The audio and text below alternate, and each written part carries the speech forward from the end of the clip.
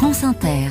Il est 5h12, les chroniques littorales, votre rendez-vous quotidien dans le 5-7. José-Manuel Lamarque, bonjour. Bonjour Mathilde Munoz. Au menu ce matin, la souveraineté maritime de la France. Il est vrai Mathilde qu'étant le deuxième territoire marin au monde avec 11 millions de kilomètres carrés, 13 territoires ultramarins qui représentent 97% de la zone exclusive économique française, 80% de la biodiversité française et 10% des récifs coralliens mondiaux, et bien ce territoire maritime français s'étend de l'Amérique à l'Asie. Alors cette question de souveraineté maritime est d'actualité, comme l'a précisé Nathalie Mercier-Perrin, la présidente du cluster maritime français, par un récent article dans la revue Marine et Océan. Nathalie Mercier-Perrin est notre invitée ce matin. Nathalie Mercier-Perrin, avec cette question de souveraineté, il s'agit pour vous d'une subtile alchimie entre régulation étatique et dynamisme économique.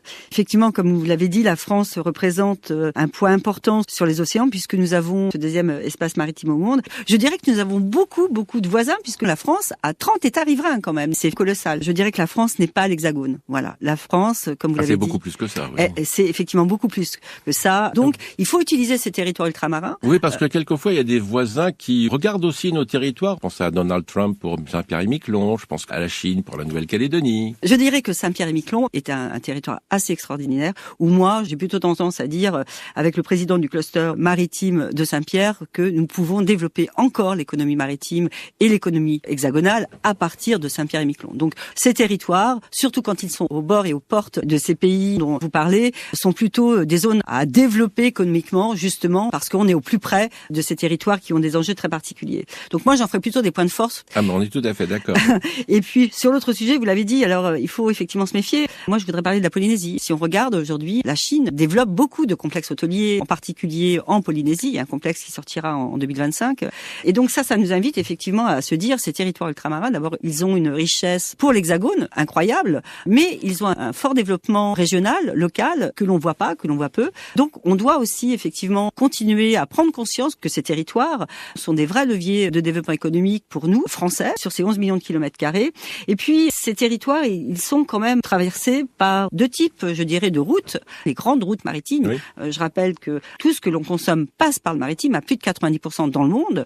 Et puis ces routes aussi de communication sous-marine. Les câbles, absolument. Ces câbles de communication souverains pour la France dans son ensemble. Et Nathalie Mercier-Perrin, on est aussi en plein dans la géopolitique mondiale, puisque par exemple la Polynésie, qui dit Indo-Pacifique, on est en plein dedans. Oui, complètement. Donc, ces territoires, que ça soit l'axe Indo-Pacifique avec la Réunion, mais aussi, je voudrais parler quand même de la Caraïbe, puisque tout à l'heure vous me parliez des États-Unis. Je rappelle que la France, au travers deux territoires qui sont la Martinique et la Guadeloupe, est en train d'ouvrir un énorme hub, le hub Antilles. Donc, ça montre aussi ces routes et, je dirais, ces points de force extrêmement importants, géopolitiquement installés au bord de cet espace qui, comme vous l'avez dit, est entre les Amériques et l'Asie. Vous savez que chaque année, le cluster organise avec Ouest France les assises de l'économie de la mer. Toute la communauté française se réunit, y compris les territoires ultramarins.